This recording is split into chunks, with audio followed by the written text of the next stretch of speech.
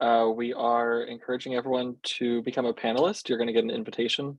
That way we can have a more collaborative discussion. So you can just accept that invitation when you receive it to come join us as a panelist. We can have a better discussion that way, we think.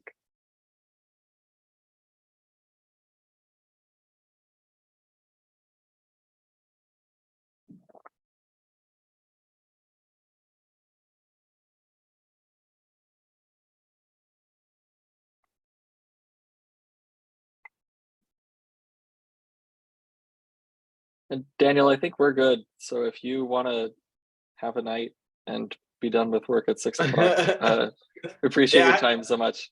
I had to run home for this and I barely made it. So because I live in Lakeside. So anyway, all right, guys. If you need anything, Zach, feel free to reach out. I'll be available. Will do. All right. Very much appreciate it. Have a good night. Thanks for your help.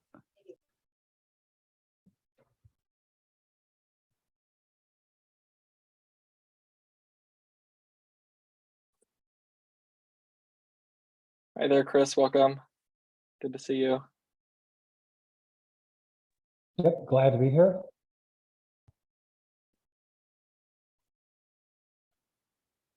We'll wait a few minutes to get started. I think we're expecting some people to show up. Some more people.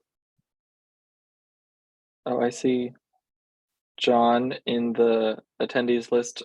We are, John, we're going to send you an invite to join us here as a panelist. I think we can have a more collaborative discussion that way. So if you're willing, you can accept that invitation when you get prompted. Join us here for discussion. Yeah, I think Nick Reed is planning on attending as well, but that's subject to change as always. Awesome. Yep. And And once again, to those of you in the attendees list, we are encouraging everyone to accept our invitation to be a panelist. That way we can have a more collaborative discussion here. I think it'll be really beneficial for all of us.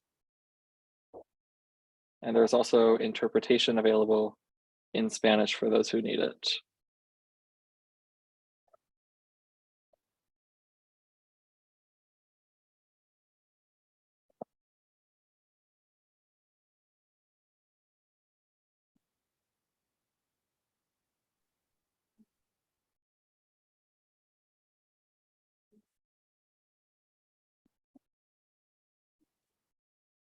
We'll get started in just a few minutes. We're just waiting to see if we have any more folks joining us tonight. Like I said, we're all here as panelists. We can see each other. If you would like to turn your camera on, you're more than welcome to. This way we can have a more collaborative, better discussion, we think. And if you need, we do have Spanish interpretation as well, and we'll go over the detailed instructions for that in a minute.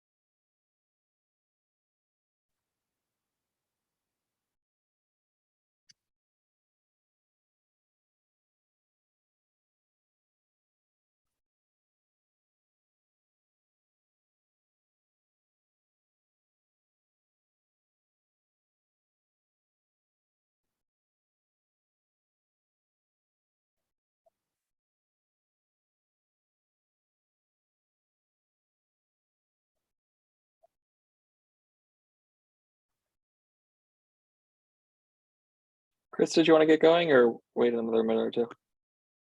Maybe okay. give it another. Yeah, I'm okay to start. Well, you're talking about Chris Wall. Oh, sorry. Yeah, I forgot we had 2 Chris's today. Yeah, that's okay. I think we can wait another couple minutes just to see if folks have a chance to sign on. Yeah, it's fine with me. We have the approval of both Chris's. We're all about listening to the community tonight, so we will take that advice. Looks like we have someone else joining as an attendee. Oh, yes. Hi there, Valerie. We're encouraging everyone to become a panelist tonight to foster a better discussion. I see you've accepted. Oh, you declined. Sorry, I read that wrong. But if you are willing, we would love to have you. I think we can foster a more collaborative discussion.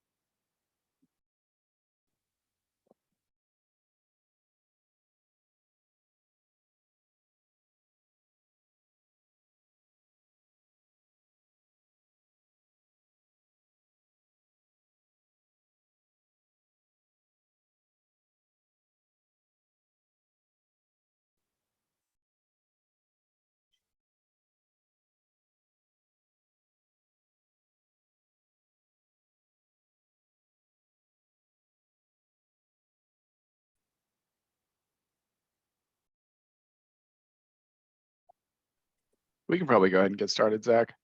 All right, sounds good.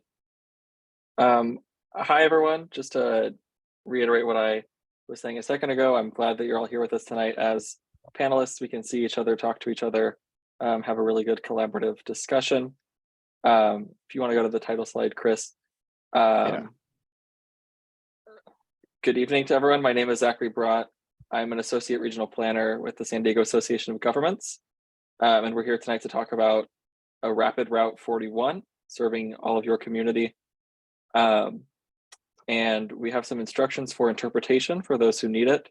And so I will let Carlos, our interpreter, introduce himself and announce the interpretation instructions. Hi, thank you. Good afternoon. Bienvenidos, bienvenidas. I will begin with the instructions in Spanish and I will be back with the instructions in English. Muy buenas tardes. Se está ofreciendo servicio de interpretación. Para hacer uso del servicio, por favor, desplácese a la parte inferior de la pantalla donde aparecen sus controles. Ahí haga clic en el icono de interpretación, parece un globo terráqueo, y seleccione Spanish o español. Si está utilizando la aplicación móvil de Zoom, en celular, tableta, etcétera, presione primero los puntos suspensivos, luego interpretación y luego el idioma. Por último, si no desea escuchar el audio original en inglés en el fondo, por seleccione Mute Original Audio o silenciar audio original. Once again, simultaneous interpretation is being provided to and from Spanish. In the event that there are any comments in Spanish during the presentation, we invite you to take advantage of the feature. To do so, please scroll down to the bottom of the Zoom screen where the meeting controls are. There you would click on the interpretation icon. It looks like a little world, and select English as your language. Now, if you are joining through the Zoom mobile app, that is on a cell phone, tablet, or other mobile device, you would first press the ellipsis, that is the 3 dots, then interpretation, and then choose your language. Finally, click on Mute Original Audio to not hear the original Spanish low in the background. Gracias and thank you. Thank you so much, Carlos. For those of you who are utilizing our Spanish interpretation, we also have a copy of the PowerPoint in Spanish posted in the chat here. So feel free to download that and view that. Otherwise, we'll be sharing screen with the same presentation, but in English. So I will hand it off to Chris to start up the presentation for us.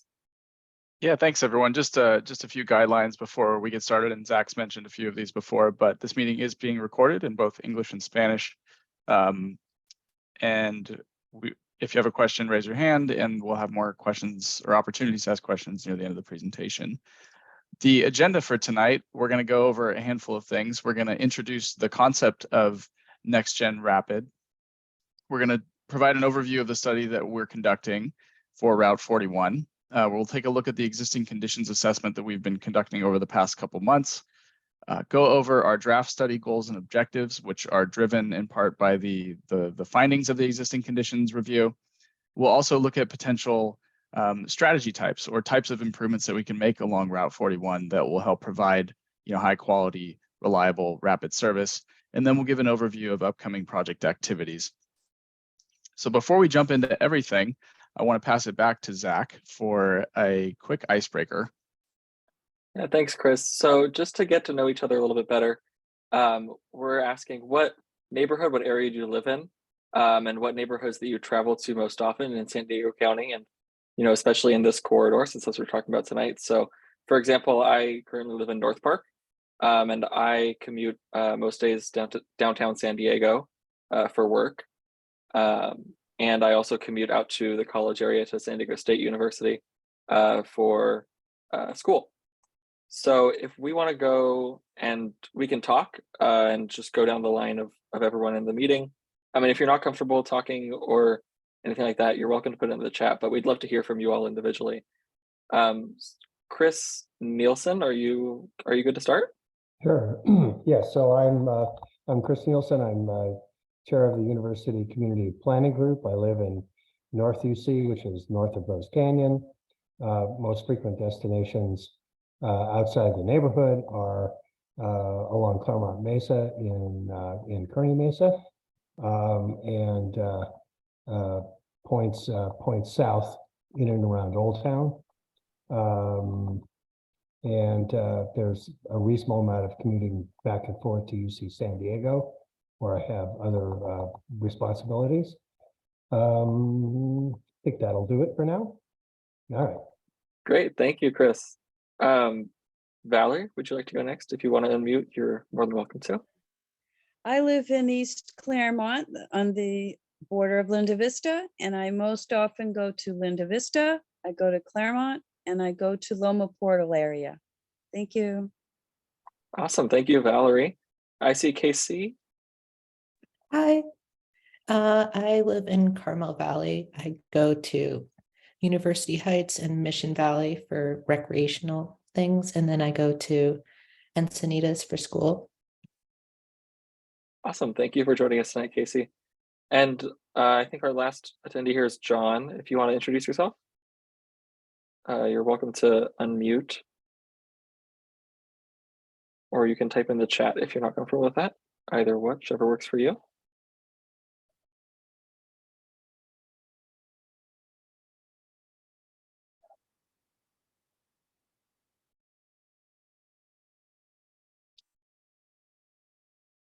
If you're trying to unmute, John, we can't hear you. I don't think the button worked, but if you want to still type it in the chat, you are more than welcome to. I still see you muted, so I think if Chris, you want to move to the next slide, we can go. And John, you're more than welcome to introduce yourself in the chat to everyone here. Great, thanks, Zach, and thanks everyone for introducing yourselves. Speaking of introductions, let's talk about NextGen Rapid as a service. So it's a really important part of the 2021 regional plan, Transit Leap strategy, and this is the regional plan that was adopted last year. If you can see here on this map, it's the bold teal lines that run throughout the region. It provides or will provide a faster service than local bus routes, so it'll have fewer stops than a local bus service. It can operate in priority travel lanes or separate guideways. There are a few rapid routes in service now, so if folks are familiar with the 215 that goes from San Diego State to downtown, there are bus-only lanes along a portion of El Cajon Boulevard through North Park and towards Hillcrest, and then it actually operates in its own separate guideway along Park Boulevard between El Cajon Boulevard and University. And so in addition to these potential separate guideways that they could travel in, the rapid buses get priority treatment at stoplights at intersections. They'll operate every 10 minutes all day, which is very frequent, and having a longer span of service, meaning it starts earlier in the morning and runs later at night, means it can be utilized by people for all different trip making purposes and not just commute-based trips. It also has increased reliability and convenience, and this is accomplished with bigger, more modern shaded bus stops that provide more seating. They're more well lit than other bus stops, and they are also equipped with digital display signs that communicate to travelers when the next bus will be arriving. And this is really helpful for people when they're planning out their trips. The study that we're conducting right now with SANDAG is the first step in bringing all of the NextGen Rapid routes that are identified in the regional plan, bringing them in and actually making them a reality. Route 41 was selected among the first 3 that we're evaluating because it would serve large numbers of people who depend on transit and who do not currently have rapid service in the corridor. And so what we're going to be doing as part of this study is finalizing the roadways that the route will travel along and the locations of the stations themselves. I want to just quickly mention that this rapid Route 41 does not replace the existing Route 41 service that runs along Genesee and connects Mission Valley to UTC and UCSD. It is intended to supplement that. So as we continue in our study, we'll define these unique improvements, whether they be dedicated guideways, bus-only lanes, other strategies that we'll go over later. We are going to put together concepts that will help actually implement and deliver this rapid service. This is the first step in the project development process, and it gets the project ready for subsequent phases. So environmental review, preliminary engineering, and ultimately construction. I want to point out that the funding for this route has not been secured yet. And so one of the things that we're doing is identifying different funding sources, whether they might be local, state, or federal funding sources that can be used to not only build the route, but also potentially pay for some of the ongoing operational costs. And then ultimately, it will be up to the Sandag Board of Directors to decide when we can take action on not only Route 41, but all the rapid routes that are in the regional plan. So just taking a kind of a high level look at the corridor, the left, on the left side is the northern half of the corridor, on the right is the southern half. The route starts at UCSD near the Gilman Transit Center and goes down La Jolla Village Drive and then connects with Genesee, follows Genesee all the way down into Linda Vista. The solid line that you see is the route as it's defined in the regional plan, and the dashed line is a potential alternative alignment that the route could follow. And so what we will be doing is identifying 3 different alternatives for Route 41. And they could each be different in the sense that they travel down different roadways. They might have different levels of improvements along them. And I want to also mention that this dash line is not the only potential alternative route that we could explore as part of this study. So as you can see, again, it comes down into Linda Vista. It will ultimately make its way down to the Fashion Valley Transit Center. And again, the specific routing that it takes or utilizes will be determined in this study. We looked at a handful of things in our existing conditions assessment that we're in the process. We've completed a draft of the report, and we're in the process of gathering input from the community. And we'll be using a lot of the input that we received, not only tonight, but in other activities that we've been doing to make revisions and ultimately finalize this effort in terms of the report. One of the things we looked at was population. The map on the left is existing population. The map on the right is future, and by future, I mean the year 2035. That is the horizon year that we're looking at for this study. The maps show general population numbers, but I want to point out that our study is also looking at social equity focused populations, so low income, minority, and senior residents. We're also looking at populations that can be more transit dependent, so people under the age of 18, 0 vehicle households, and people with a disability. And I'll describe why it's important to evaluate all different types of populations later on in the presentation. We also looked at employment in the area. And so again, the map on the left is existing. The map on the right is 2035. And so we see large clusters of jobs, at UCSD, which is up here in this area, as well as in the UTC area. We also see higher levels of employment at the Sharp Metro campus, Mesa College, and down towards Mission Valley. And looking ahead to the future, we see additional employment, more dense employment at UCSD in the UTC area, and some additional density down in Mission Valley as well.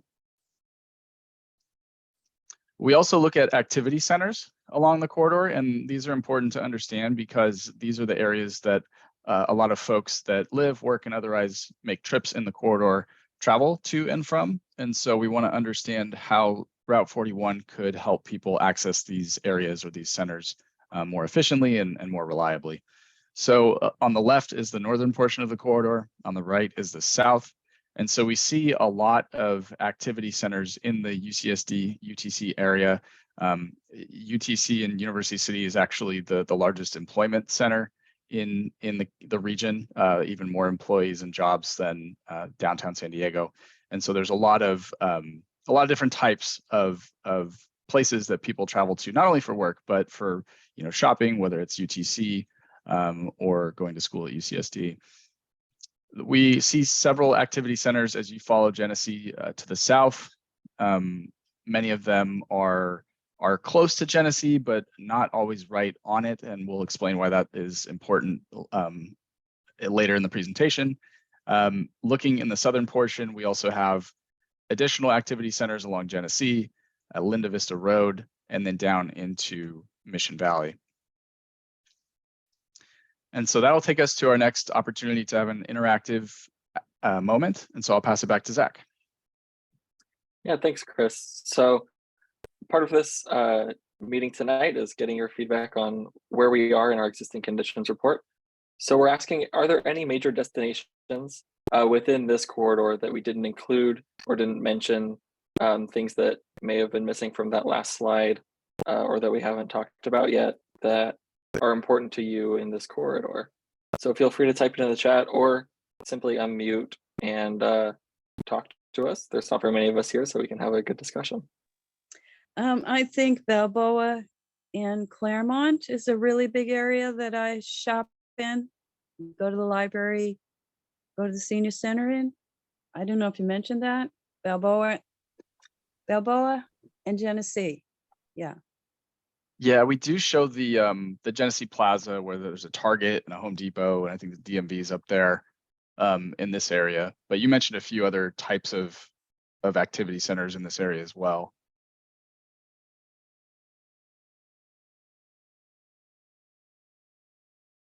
Yeah, thank you, Valerie. Does anyone else have any feedback on this part of the presentation so far?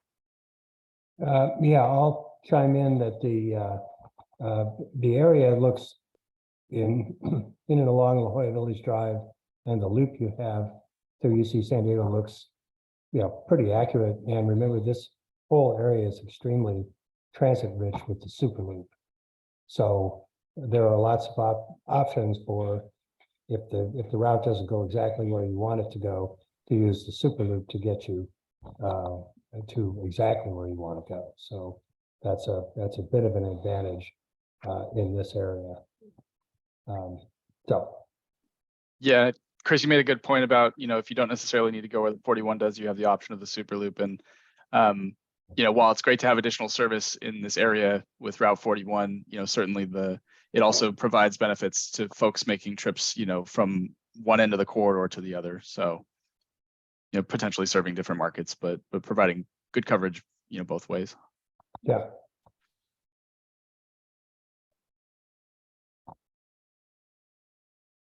Great, thank you, Chris. Is there any other feedback so far on destinations, activity centers, anything else? Have we thought about future extensions to the north and south? I know there's an area lack of connections between University Heights and Fashion Valley. Oh, do you mean further south? So between University Heights and Mission Valley, current public transit connections bypass this area, and getting between Mission Valley and University Heights is difficult with the transit options. Sure. Zach, I don't know if you want to, I can provide some thoughts, and Zach, I don't know if you want to add on. The focus of the Route 41 study is Route 41 itself. So, Mission Valley North up to UTC and UCSD via Genesee, but certainly I think from a regional standpoint, we understand that is a tough connection to make. I know in the Mission Valley Community Plan update that was adopted within the last few years, I believe they do identify some additional transit connections that can help bridge that gap. But it wouldn't be something that we would necessarily be exploring as part of this study. Yeah, I would agree with what Chris said. There are other efforts to expand transit access in that area through the 2021 regional plan. And Sandag, some of my colleagues at Sandag are currently also conducting a study that is also, what was it called? The Mission Valley Mobility Study and Revitalization Study. And so we're specifically looking at transit and mobility connections in that part of Mission Valley from, say, Fashion Valley through SDSU, and making connections in that area and to the adjacent areas. But it is a little bit outside the scope of this project, unfortunately. Okay, so I have a question. So you're asking us, what do we want as express stops, you know, but my concern is that I need my local stops. I have a dentist up on Genesee and Mount Herbert. There's another senior center on Bannock and Genesee. And if you put in this rapid bus, you're going to probably slow down the local bus, and that's not so great, you know. I don't know that you So- need a rapid bus every 10 minutes. My gosh. What's that going to do to the other bus that comes every 15? Is it still going to come every 15? The plan is that this would not decrease the service levels for any of the other buses on the route. So we would have this, the rapid route would skip some stops, and would introduce some new transit supportive infrastructure into the corridor. And the hope is that the other routes that travel along this corridor, whether that's the local 41, the 44 in Linda Vista, or some other routes up in University City, could also benefit from this. So if we put a bus lane in, for example, the hope is that that's compatible with the other routes, and we could speed up how fast the local 41 currently travels. Because I know it gets stuck in traffic a lot of the time too. I lived up at UCSD for a few years, and going along there around 5 p.m. was not the most fun experience. So the idea is that we can use the infrastructure that we developed for this project to also improve transit service on the other routes in the corridor.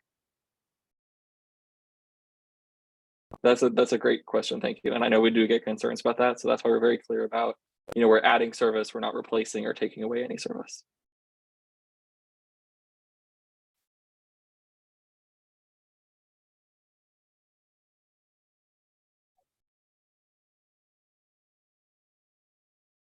Chris, I think we're ready to move on to the next section if you'd like. Yeah, will do. Thanks everyone for your input so far. So another thing we mentioned, or we looked at as part of the existing conditions assessment, are the other transit services in the area. This is important because not only for the reason Zach mentioned earlier, we do want to provide seamless connections between Route 41 and other existing or planned services where it makes sense to, all in the name of enhancing ridership potential throughout the corridor. The routes shown on the right are not all inclusive. The study will evaluate how Rapid 41 will connect to other routes as well. Just to kind of give a quick overview of the services offered now, Route 41 exists, as we've mentioned. There's numerous rapid services near UC San Diego and University City. The Superloop is one of them. It's actually 2 routes, and there are others as well. There are other rapid services in Mission Valley too. The UC San Diego campus shuttles operate mostly around campus, but they also provide connections to areas off campus. And there's also the Blue Line trolley, which was just extended up to UCSD and UTC almost a year ago to the day. And then there's the Green Line trolley, which connects down here in Mission Valley at the Fashion Valley Transit Center. Looking ahead to the future, so we've talked about how this route would be an additional service or an overlaid service on top of the existing local Route 41. There are also plans to provide rapid service along the Route 30 corridor. There's the Purple Line commuter rail that's being planned that would run from South Bay all the way to UTC. That would come into the study area up here near UTC. There's also service frequency enhancements. So the Green Line trolley will go to 7.5 minutes all day, as will the Blue Line between downtown and UTC. And then additional service frequency enhancements and service levels, or sorry, revenue service hours being extended. So buses starting their service earlier in the morning and running later into the evenings. Can I say something? Yeah. Are you kidding with the green and the blue going every 7 minutes? that means that people that walk over those train tracks at Old Town are going to be stopped every 3 minutes trying to get across from one side of that transit center to the other. There's going to be a trolley passing every 3 minutes. So how are we ever going to get across? And how's the traffic ever going to get across the Old Town tracks? If you constantly have the train stop, arm going down. It's already going down every 7 minutes. Now it's going to be every 3 minutes. Yeah, and that's how it's planned in the regional plan. I know there were a lot of traffic studies that were done as part of the Midcoast Corridor project when it was in the environmental phase that looked at the effects of extended gate downtimes on other modes at Taylor Street, as well as the other grade crossings along that corridor. Understand how that does increase the amount of train activity in the area.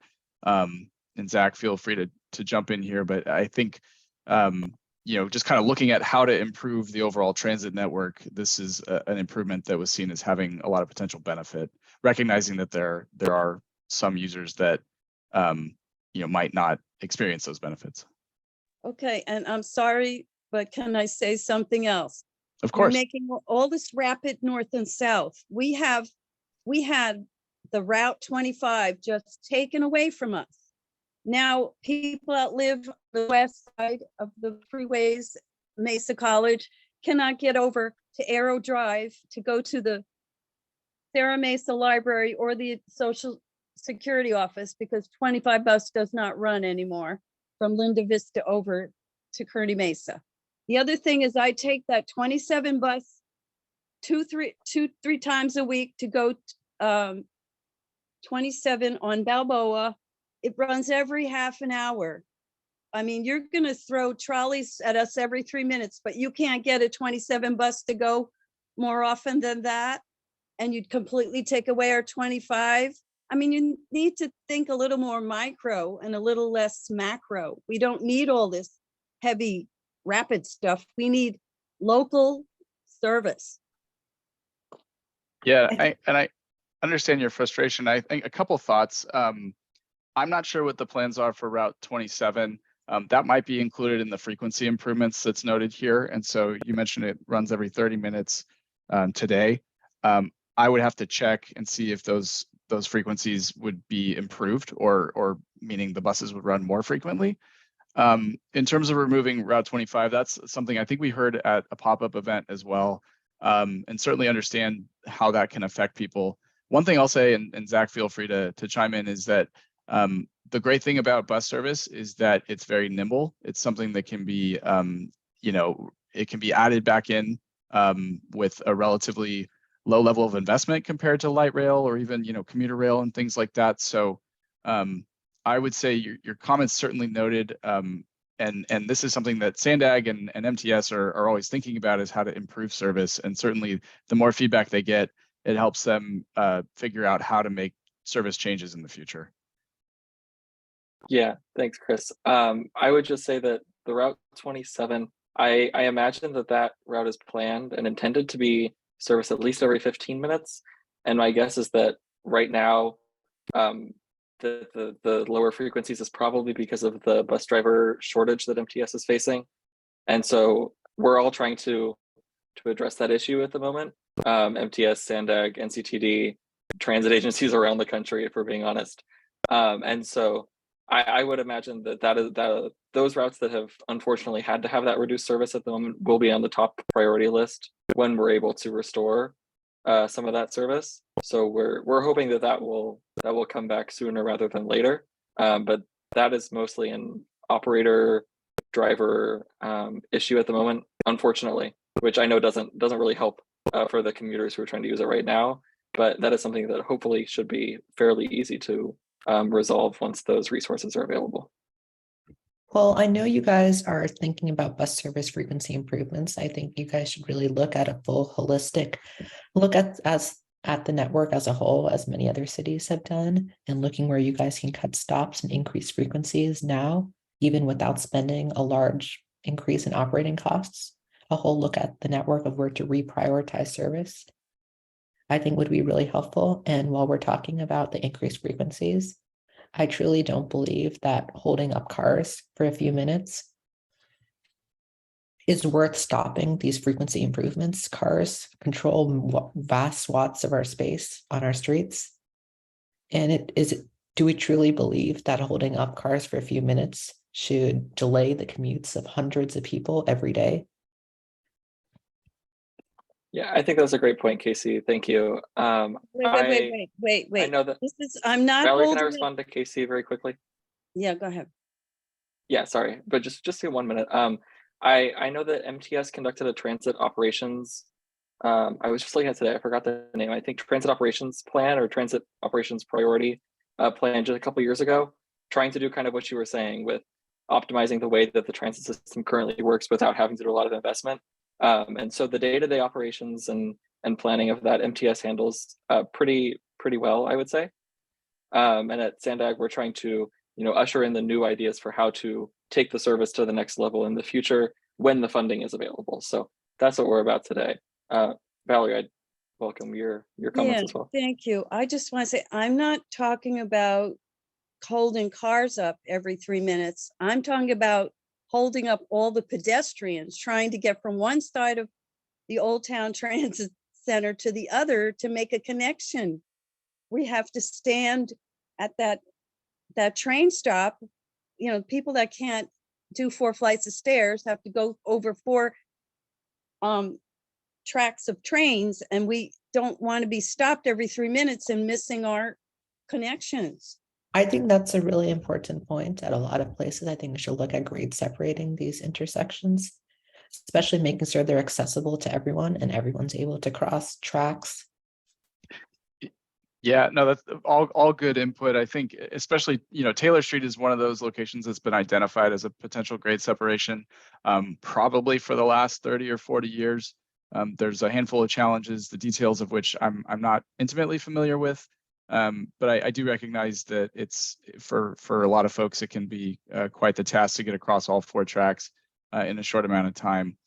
There is, Valerie, you mentioned the 4 flights of stairs. That undercrossing is ADA compliant with the ramps. I realize that takes more time, and so I don't know if it's an issue of it just being the time it takes to get on the other side of the tracks using that route, or more of something where maybe some folks don't know that exists. You get off the bus on the west side of the tracks and you're just kind of looking at the fastest way to get across, and maybe they don't see that there's an undercrossing.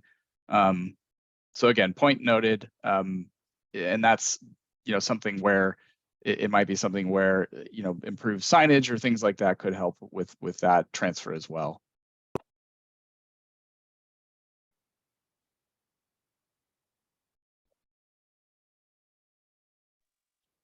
I don't know. I don't see that the Blue Line trolley needs to go every 3 minutes. Oh no, you said every 7 minutes.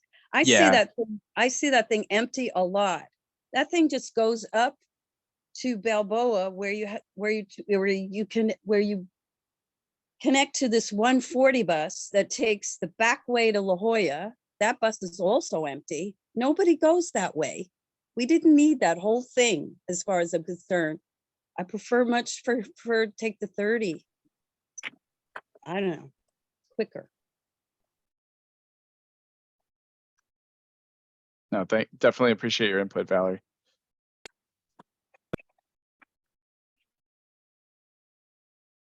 Should we move to the next slide, Chris? Yeah, and so we've talked, actually pass this one to Zach, excuse me. Yeah, so we've talked a little bit about the transit improvements and the current transit service. So we have an interactive poll here that Kristen's going to help us set up, but we're trying to see what stops you from taking transit along this route and in this corridor, or if you do take transit, what are some factors that would make it even more enticing to take transit, or you think could encourage more people to take transit? And so we have things like it takes too long, the buses don't come frequently enough, that you have to make too many transfers to get where you need to go, that you might not feel safe riding your bike or walking to a transit stop to get to the bus or the trolley, or that maybe it doesn't go to the places that you need to get to. And then also other options, if you would like to respond or have your answer in the chat. And you should be able to select as many as you would like.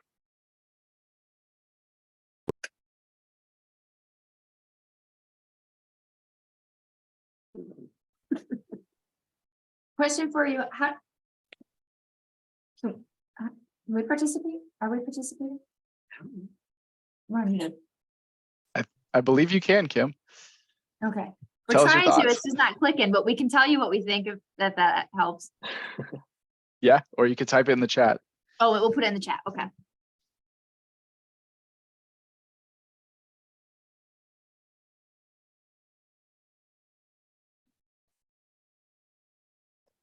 Okay, I see some responses coming in. I see that it takes too long is the number one response so far, as well as frequency. But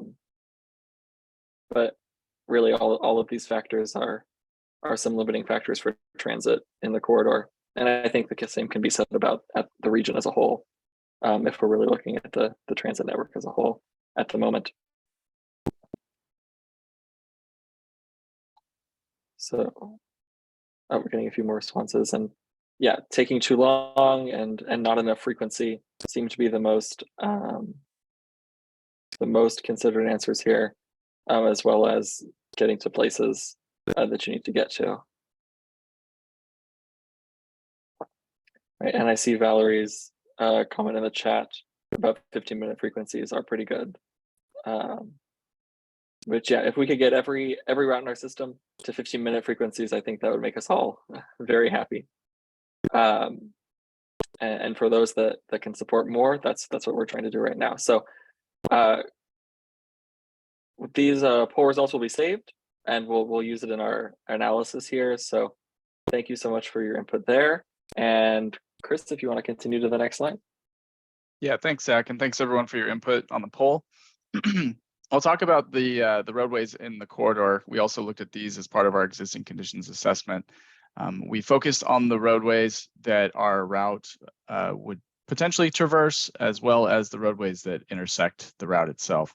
And it's important to understand roadway configurations. They will affect the types of improvements that we recommend, not only at intersections, but along the roadway segments in between them.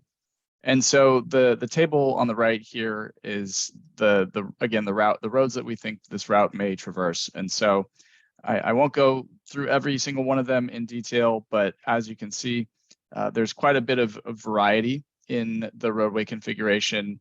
Not only along Genesee, which is where Route 41 primarily operates now, but along additional roadways that are either intersecting it or on the existing or potential route itself. And I'll talk a little bit later about why this is important in terms of the overall findings of this study and how it influences our goals and objectives and ultimately the strategies that we propose. We also looked at active transportation, so biking and walking.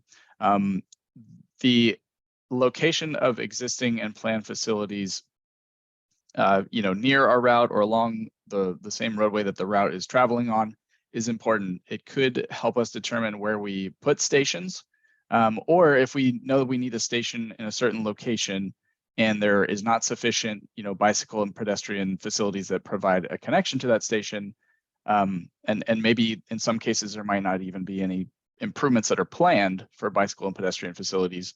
We are also going to recommend those types of connections as part of this study, all with the goal of making it easier for folks to access the service. And so as you can see here on the map on the left, the red lines are multi-use paths or more separated facilities that both people on foot and on bikes can use that are away from vehicles and traffic.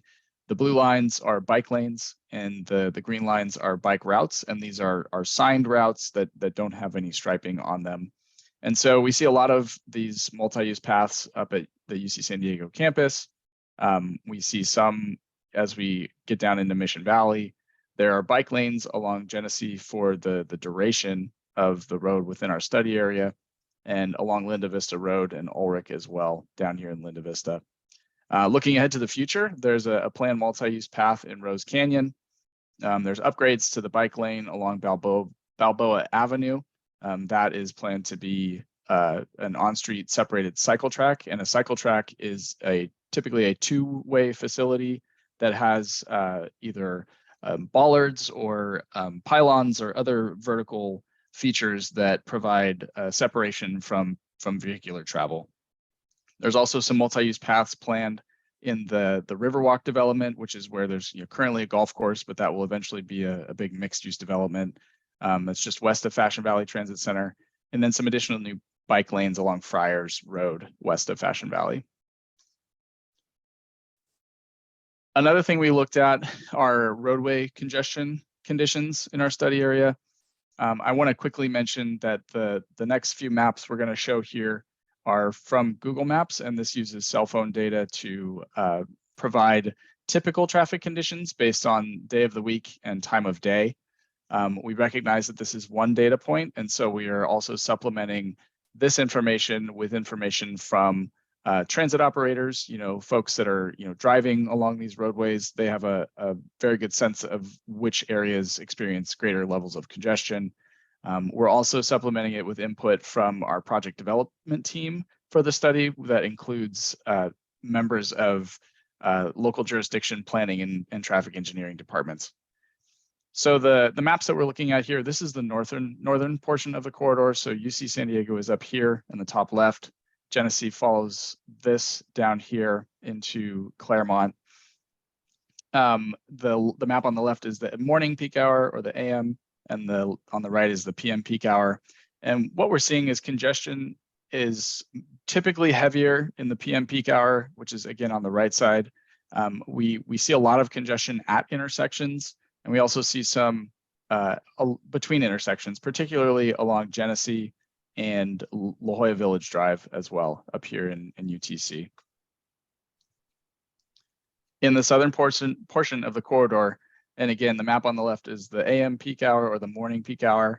On the right, it's the PM or afternoon and evening peak hour.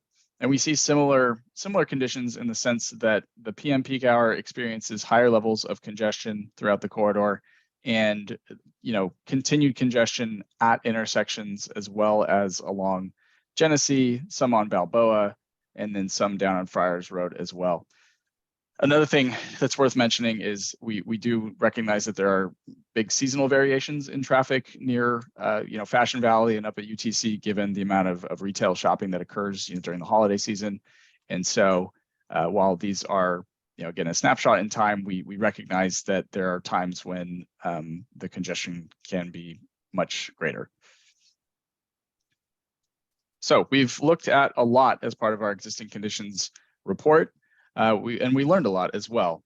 One of the first things we learned is that there's a lot of population and employment growth that's anticipated in areas that are along the study route, but not immediately adjacent to it. And a lot of people that are making trips in this corridor are accessing transit from short distances, sometimes within 5 or 10 minutes. And so if we can improve non-motorized access, either by adding new bike lanes or pedestrian facilities, or even incorporating flexible fleets, which is another element of the regional plan. And this includes some micromobility like e-scooters, maybe autonomous shuttles in the future, electric bikes. If we can add all of these services in this area, it'll help expand the reach that people can access this transit service from, and that can all increase ridership. We also recognize that trips are made for various purposes and oftentimes occur outside of peak travel periods. And so it's important to provide reliable service, not only during these peak periods, but throughout the day as well. There are potential about bike lanes. Yes. I don't like bike lanes. I don't like them. You put them in Hillcrest, they're very confusing. You're trying to cross the street and you've got 2 lanes of bikes coming either direct. Now you have to look at the car traffic and the bike traffic. You got 2 different lights up. It's very, very confusing for pedestrians, and it's dangerous for bike riders, and you're taking away parking. I don't like bike lanes. No, thank you for your comment. And I've heard that elsewhere. before, and I think that's, something that local jurisdictions are trying to figure out. Particularly, it's a matter of educating folks, right? A lot of these bike lanes have shown up in the last 5 years, and I understand what you mean about having essentially 2 sets of roads to cross, right? And you're thinking about a lot at once, and it's new colors of striping on the roadways, new types of striping. There's certainly a lot going on. I think the city of San Diego and other cities are all trying to figure out the best way to improve just kind of a general public education campaign around these things. But certainly understand your comment. And just one more thing, talking about Genesee, it's an uphill. From Linda Vista to Balboa to Claremont Mesa is an uphill. So if you're gonna encourage people to take their bikes out, now we have to sit on the bus and wait for them to put the bike on the bus. So they Well, can I get think up there's the a hill. lot of, I think there's a lot of merit to increasing bike ridership across our city. Sustainable, clean form of transportation. It's a good form of exercise. And at what point did we believe that 70 to 80% of our streets should be for cars, not for other forms of sustainable transportation? They are for cars. The cars go too fast. I used to ride a bike myself. I would not ride a bike anymore. It's too dangerous. The traffic is too fast for bike riding. That's why we want to invest in safe bike lanes. And I really believe that there should be more across the entirety of San Diego. Our bike infrastructure is limited. In a lot of places, incredibly unsafe. And Yeah, we want a unsafe for cohesive, bikes. connected And bike also network. unsafe because bikes run the traffic light and mow pedestrians down too. I think cars are a much more dangerous factor in our cities. They kill many more people than bikes ever do. Cars are incredibly dangerous. And I think a lot of steps should be taken to calm traffic speeds, especially on this corridor. Yeah, certainly and I know regionally, one thing we're trying to do is to, provide space for all modes. And so understanding that, people for various reasons have to use different modes of transportation to get around. The idea, I think, for a lot of jurisdictions is that these streets are, a place for a multitude of users. Some other things that we learned, in terms of the corridor and the improvements that we recommend, specifically about roadway configurations, they vary a lot along individual segments, as I mentioned a couple slides ago. And there are times when they change frequently in very short distances. And so the improvements that we recommend must be sensitive to the context in a given area. And they must, be something that provide benefits to multiple people. And so that was another thing. Finally, we recognize that the low income and senior populations are expected to increase. And so providing reliable transit service is going to give folks an affordable alternative to using a car. And for a lot of folks, it's, that are transit dependent, it's making sure that we have really good quality service that they really depend on for making all sorts of trips. And so that'll take us to our next poll, excuse me. So I'll pass it back to Zach. Thanks again, Chris. So our next question is a little bit related to the other one and related to some of the slides we just presented. But we're asking, what do you think is the biggest problem getting around on this route? So we have some options here: traffic congestion, unsafe conditions for biking and walking, there not being enough transit options, or anything else that you can think of. And we welcome a response in the chat. But Kristen will be launching the next poll for us. And you are welcome to respond. And we'll be seeing the responses as they come in.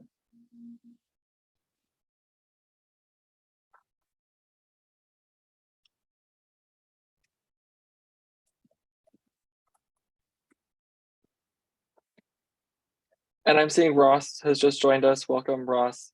Hi, how are you? I see you asked. I'm doing very well, thank you. I see you asked for the map. Kristen just sent the PowerPoint slides in the chat. And if you click on that link, it'll take you to the slides we're using here, which has the map of the route. And in a minute here, we can also have Chris go back to that slide in this PowerPoint as well, if that would be helpful. But I see so far we have 4 responses coming in. all for saying traffic congestion is the biggest issue in this corridor right now, which I think living there for a bit I can agree with. There's still a few people who haven't responded, so if you would like to, you're welcome to. Maybe that's just our facilitators, so that might be most of everyone. Oh, I think you guys sent me but the yes, Spanish traffic slides, congestion. actually. Oh, was that the Spanish ones? Yeah, I mean, Sorry, I Bill. mean, I could read it. I'll post the English No, I'm version. I just must have saying posted that- the wrong one. Okay, we have the English one coming. I mean, the map I think looks identical, but we can also go Okay, back into the awesome. slides we're sharing as well. But yeah, traffic congestion showing up as the biggest concern, and so we will make note of that, put that in our notes, and consider that going forward. Chris, if you'd like to move on, I think we're almost through with the presentation. So just a question of procedure here. When would you like feedback on some of the roadway conditions that you had about 4 slides earlier?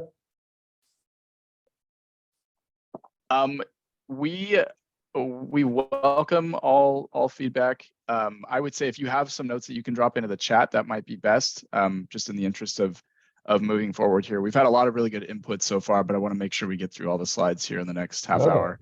All right, go ahead. No, thanks, Chris. Okay, so what else did we learn?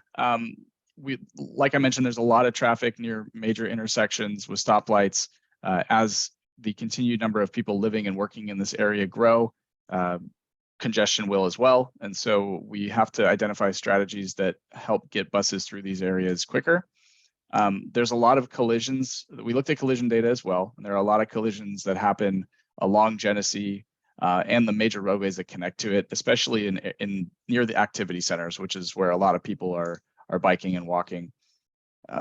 We also looked at some rider survey data from MTS for not only 41 but other routes in the area, and a lot of people that use Route 41 currently are not transferring to another bus or trolley, which means that they're making direct trips within the corridor. Their trips both begin and end within it. And a lot of folks that responded to the survey, the MTS survey, indicated that they use the Route 41 for various reasons. And so it's not only for commute-based trips, but trips made outside those typical hours. And a lot of folks are using it to get to various schools along the corridor, whether it's UC High School, UC San Diego, and Mesa College. And because there are a lot of jobs in the University City UTC area, we see this enhanced service as a great opportunity to people and ultimately get them to stop using their car for trips and start using a bus instead. So all of the corridor conditions that we've analyzed really helps us understand and develop the goals and objectives for our. So here.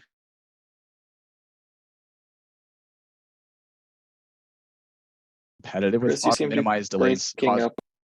You seem to be breaking up a bit, Chris. I'm not sure if that's. Yeah. If that's an issue, I can take over for a minute. Yeah, maybe Zach, you want to keep going? I'll see if folks are streaming stuff at home. Okay. Yeah, so as Chris was mentioning, some of our draft study goals and objectives that we're going to be looking at when we're developing our alternatives include providing reliable and high quality transit service that will be competitive with car travel so that we can, like Chris was mentioning, attract some of those travelers who might otherwise be driving themselves. We want to, in the same vein, maximize how many riders we can attract and make the service attractive to riders, both who need to rely on transit and also have the option of taking other modes. We're especially focused on looking at access for social equity focused populations and transit dependent populations. So this is what we mentioned before with low income populations, minority populations, households that don't have access to a vehicle or have limited access to vehicles. And we'd also we need to gain support from the public. And that's why we're out here talking to all of you tonight, as well as from key stakeholders, including elected officials and other decision makers who will be the ones that will decide if we get funding and stuff to actually build these routes. And finally, we want to make sure that this is a cost-effective and financially feasible service. So we're trying to streamline the process here and make sure that we do this in as efficiently a manner as possible so that we get the most bang for our buck and can keep building out great transit infrastructure in a cost-effective manner. Are you good to come back, Chris? Right. How does it sound now? A bit better. I think you can go. Maybe. Okay, it appears that Chris is frozen again. But we're on the next slide now. We're talking about some roadway strategy types that we've taken an initial look at and we'll dive more into in the coming months. So these are some of the priority measures that we've going to evaluate to see what might work best in different parts of the corridor. So first we have some bus only lanes, which we have currently in San Diego and El Cajon Boulevard, carrying Rapid Route 215. There's also the suggestion of business access and transit lanes, which is kind of a combination of a transit lane that can also be used sparingly for business access for deliveries. And that'll help along some of our commercial corridors, as well as dedicated guideways. And these are more separated facilities that are usually separated by concrete or other barriers physically separated from the cars and other users in the road. And we see some of these on Park Boulevard, down in North Park, as well as down in the South Bay for our Rapid Route 225 in Eastern Chula Vista.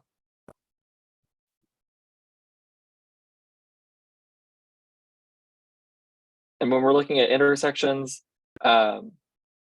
we have a few initial draft strategy types that we could look at, including a queue jump lane, which is oftentimes the last couple spots maybe of a parking lane or a right turn pocket, where the bus can get out ahead of traffic so that we don't have to devote a full lane to it for the entire length of the road. But we can allow the bus to jump out in front of car traffic and bypass a big backup in traffic that really allows the bus to travel faster and get from stop to stop faster and get people to their destinations quicker. We also have some technology-based strategies such as transit signal priority. We see this on Rapid Route 215 as well as our bus on shoulders pilot on the 805. But this is where there's some technology on the bus that communicates with the intersections and the traffic signals at the intersections in order to let the traffic signal know that the bus is coming and give the bus and the other, most likely the other vehicles that are traveling in the same direction as the bus, the priority so that the bus can cruise through and, like I said, to get the people to their destinations faster. There are other intersection and roadway improvements that are possible as well. So we've got potentially raised intersections or some, better curb management at intersections to make crossings easier for pedestrians and folks trying to access the bus, as well as a variety of other strategies that can be used at intersections. I'm not sure where this example is from.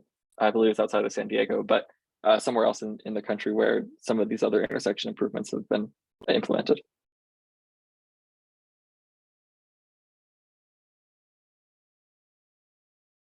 Not sure if Chris is back with us or not. If he gets back, you can advance the slide. And then our last session of strategy types, and we can take some comments after this, is there station and stop strategy types. And this is how we get the bus into and out of actual stations faster so that it has to stop for less time. And so one of those things is off-board fare payment, which is like what we have on the trolley, where folks can tap or scan their Pronto card before they get on the train. So that you can just get on the train and the train can leave and we don't have to wait around as people are tapping and validating their fare as they get on the vehicle. Coupled with that is level boarding and all door boarding, which makes it a lot easier for folks to get on and off. It reduces the need for us to use accommodations like a wheelchair ramp because the bus will be at a level platform with the curb and with the sidewalk. So we can just hopefully roll onto the bus. And all door boarding allows us to use multiple doors instead of just the front door. And that goes well with off-board fare payment. If we validate that everyone's paid their fare before they get on, we can let everyone get on any of the doors. Our articulated buses have 3 doors. So this could speed up boarding significantly at high volume stops. And then some other more stop based considerations include relocations or consolidations. This is something we mentioned. Potentially we see a bus stop that we think might work better if it's after the intersection or before the intersection, and we can reposition that if we have the data to support that, or consolidate some stops if there are lower performing stops, especially when we're doing a route like this, which will be overlay with existing and continuing local service.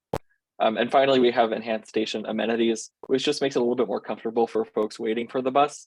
So this is an example on our Rapid Route 215 in City Heights of a bus stop that has a wider shelter with more seating for folks waiting for the bus as it comes along there. And you also see on the left side there, very small, the sign that announces when the next buses will be arriving, so that it's easier for folks to wait for the bus and easier to understand how long they'll have to wait. And oh, there was one more slide, sorry about that. And finally, we have our connection strategies, but these include bicycle and pedestrian improvements to access the station, as well as to get away from the station once you arrive at your destination. And these include things like raised pedestrian crossings like you see here to make pedestrians more visible and give a safer crossing environment for those either accessing the bus or just walking in the area, as well as creating safer infrastructure for folks biking and using other modes as well as walking. We can also make improvements for folks with mobility impairments and complying with the Americans with Disabilities Act. Here we see some curb extensions to make the crossing distance a little bit shorter, which makes it easier to cross the street, takes less time to cross the street, and is a little bit less intimidating when there's cars coming through. It also encourages cars to slow down as they're going through intersections, which makes it safer for folks using all different types of modes. And finally, one of our strategies is some flexible fleet services, which we see a little bit of currently in downtown San Diego with our electric shuttles, but also with micromobility. And these are also very popular currently for deliveries, especially in urban areas. So where those are feasible, we see a potential for flexible fleets and micromobility for enhanced station access and connectivity. And finally, we're looking at some more big picture strategies, including modifying the planned alignments, either by a little bit or by a lot, as well as reconfiguring intersecting or interlined bus routes to try to better serve the surrounding community if we're having duplicative service, while still maintaining all of the service to all of the current destinations that we do serve. And finally, some really bigger picture things is something such as transit-oriented development opportunities, which we already see some of down at the southern terminus of this route in Fashion Valley, where there's going to be a redevelopment just to the west there by the golf course, with a lot more housing that is immediately transit accessible. And then up north by UCSD, there's a lot of development up there that is very transit accessible. I think Chris is good to come back and close out this part of the presentation. Well, I am, I hope at least everyone can hear me. Just one quick note about TOD is, and it's been choppy, so Zach, I apologize if you said this, but it's a great opportunity to help create an additional revenue source to fund the ongoing operations of the route itself. And so, perfect timing. I'm going to kick it back to you, Zach. I forget which order these slides go in, so I forget which ones are mine. But No, now it's we're okay. asking what, it's our final poll question of the night, but what are the top 3 things that you would like to see improved in transit service here? And so this will be another multiple selection poll, but what are the most important to you? So we have more frequent service, faster travel times, service that's more reliable and on time more often, a fare payment system that's easier to use, fewer stops along the route to try to speed it up, nicer transit vehicles, maybe cleaner transit vehicles, as well as more comfortable stops or stations. We talked about a lot of these in the preceding slides. And then finally, another that you can type in the chat or mention to us as well if we're missing anything here. So feel free to get into the poll and answer here. I see a few answers coming in.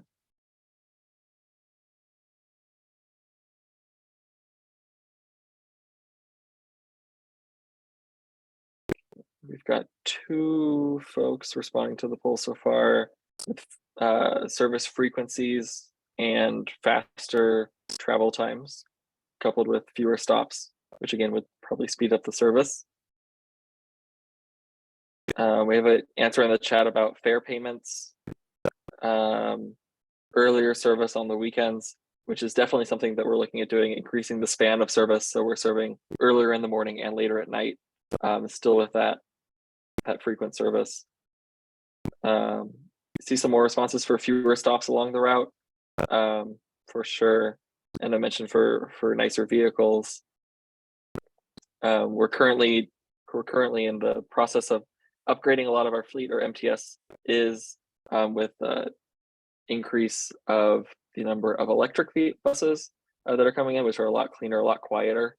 And I believe MTS will take delivery of their first articulated electric vehicles.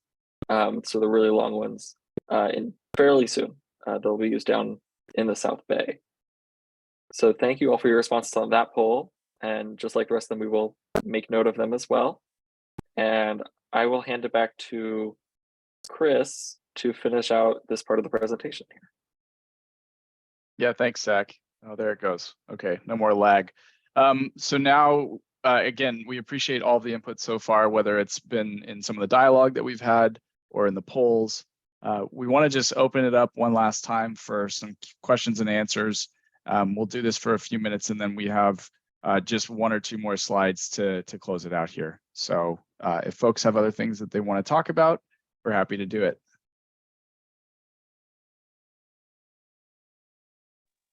I'll just say I prefer more buses, fewer trolleys.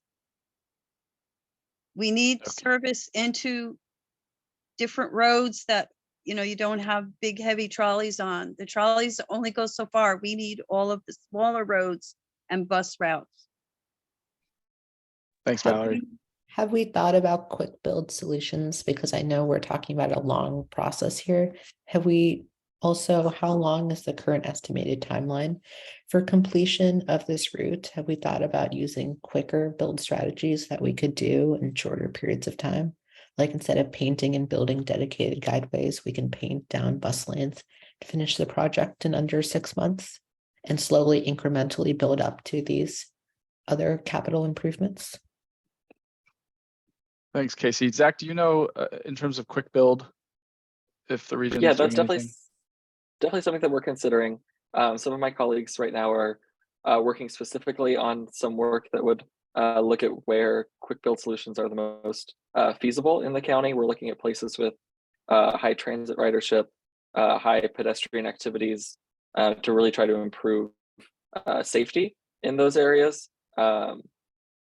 This project and these rapid routes can definitely be built in sort of a phased manner, as you mentioned, if that is feasible, with the whatever funding mechanism that we have. But our biggest impetus and our biggest roadblock right now to getting these done is just the funding component, because once we have this study complete here, we'll basically have a pretty fleshed out plan for how we want to build and operate these routes. And so as soon as we're able to secure funding from some source that unfortunately we don't have identified yet, we should be able to get started on building these rapid routes pretty quickly, which is our hope. We want implementation to happen sooner rather than later, of course. Well, I think if it was done in a quick build fashion, the capital cost, the initial cost would be very low with you just painting down bus lanes. And if we could have service improved quickly, we can build on that and we can identify further funding sources at a later date that could fund these opportunities, but it would be a very low cost to paint. You know, bus lanes are not practical where I live. We only have 4 lanes. You can't use one for a bus. You just can't do that. I think a lot of places around the world have experimented with removing lanes of traffic. And I'd also like to ask, have you, is there like I'm a senior, I don't travel during peak times. I mean, is there like a really big need for this? Is there like, are the buses packed to the gills at, you know? I don't think what we're talking about is that they're doing packed to the these gills. besides just spending money? You know, I feel like you're just spending money on fancy things And I don't know if they're really necessary. Like that blue line, don't see that it was necessary. Yeah, so Valerie, this project is actually trying to address some of those exact things you were talking about. As Chris mentioned, we're trying to do frequent service all day, not just during the peak hours. So this would include service early in the morning, at the midday, late at night, to serve those kind of trips that you mentioned. And to address the point about, you know, different infrastructure such as bus lanes, like we mentioned, that might not be the solution that we go with in every area. Everything that we're going to do is going to be context aware. And so some places it will be very beneficial, we think, to have a full bus lane. And some places with a little bit lower traffic volumes, or other different situations, we might not need a full bus lane. We might be able to do just a queue jump lane. And Casey, thank you so much for the point about quick build. We definitely will consider that, but and hopefully it does help us get the project built quicker, and we can identify some source of funding that is less intensive. Because like I said, our major priority is getting service improved as quickly as possible, in whatever form that takes. And this is Yeah. a more general question. How strongly does Sandag believe in induced demand and how it relates to roadway use? How much do you take that into account when you're planning out these projects in terms of bus lanes and taking away lanes of traffic that's currently general use lanes and turning them into bus lanes? How much do you take that into consideration when making these choices?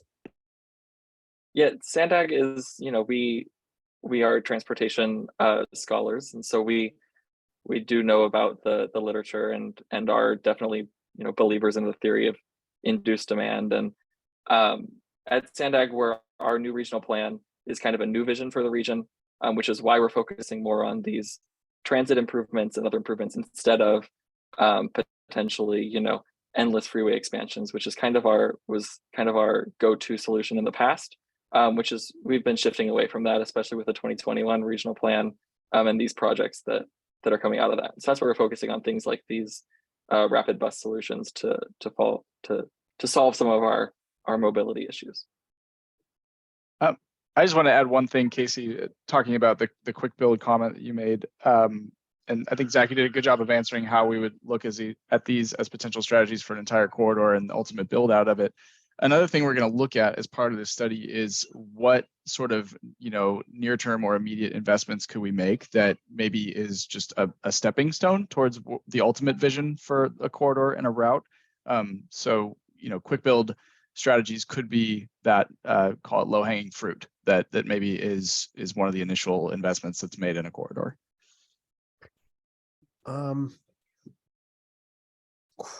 Just curiosity, you guys gonna use plan using standard or articulated buses on the on this route? That's yet to be determined. Those are much more Okay. down in the details of the operating plan, but I think most of our current rapid routes use articulated buses for most of their service hours. I mean, I think even Route 41, the local service, currently uses articulated buses some of the time. So it would likely be. Go ahead, sorry. Yeah, no, because I haven't seen, because I know I used to ride the 204, and they used to use standard, but I believe they've been all retired. I could be wrong, but okay, so it sounds like articulated, just out of curiosity. Yeah, it'll most likely be mostly articulated buses. We're trying to make these high frequency, high capacity services because the Route 41 currently serves a lot of folks, and so we want to make that as successful as possible to even more.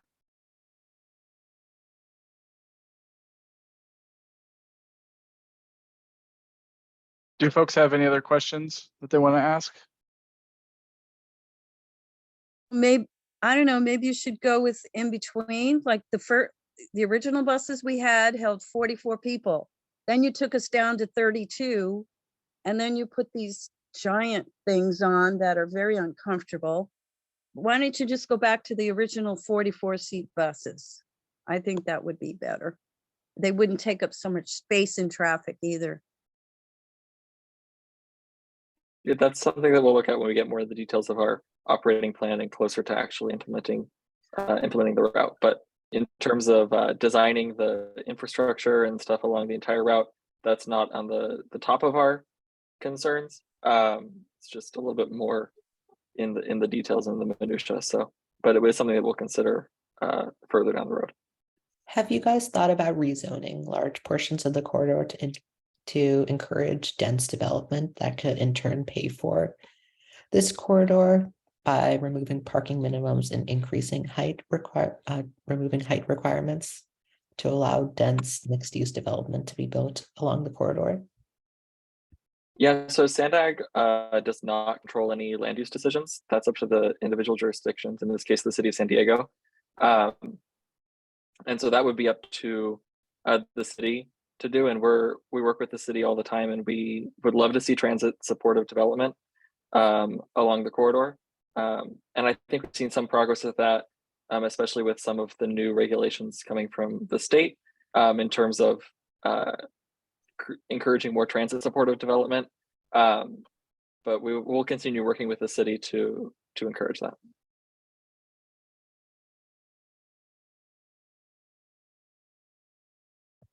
Zach, we'll just make one comment. We have actually heard somewhat to what Valerie was saying. I know this is a little bit more in the weeds, but just to echo the comment about the size of the buses. We have a couple seniors in our senior lunch program who've also mentioned that they would prefer either a smaller or mid-sized bus. So I know that's maybe further down the road, but just wanted to pop that in the comments too. Oh, that is great feedback. Thank you. Yeah, but we will consider that once we get to that portion of the study. I think we can move on to the closing slides here, Chris. Sure. Okay, so we've talked a lot about what we've been doing over the past couple months. Now let's give another summary of what we're going to be doing looking ahead to the next few. And so we're obviously here in the middle of November. This is our first public meeting for this study. We are going to take all of the input that we've received, not only through this meeting, but we've also done some pop-up outreach at the Linda Vista Farmers Market a couple of weeks ago, and just kind of coordinating with local stakeholders. We're going to take all of the stuff that we've received so far and that will help us develop the 3 options for service in the corridor for Rapid 41. And so we'll be doing that over the holidays and into the early part of next year. And we will reconvene in the spring of next year, and we'll have another public meeting, a similar format to this. And at that event, we will present each of the 3 options that we've developed, and it'll provide another great opportunity for feedback and comments from the public. And so just to kind of close out, I know we've had a lot of really good discussion here tonight. We have all the comments that everyone's put into the chat, as well as the poll results. This is all really helpful information. If folks need to get a hold of us afterwards, we have additional ways of doing so that are shown on the screen here. The PowerPoint presentation, as Kristen mentioned, it's been uploaded. There's a link in the chat if you want to download a PDF of the presentation and give it a closer look, please do. With that, I just want to, thank everyone for attending and providing input. Zach, thank you for your help and apologies for the internet connectivity issues here on my end. I'll make sure that that's cleaned up for the next round of outreach that we do. So with that, we'll go ahead and adjourn the meeting. Thank you again, everyone, so much for your time. We know everyone is busy and appreciate you taking part of your evening and spending it with us. Yes, thank you all for joining us tonight. Thank you, everybody. Thank you. Thank you.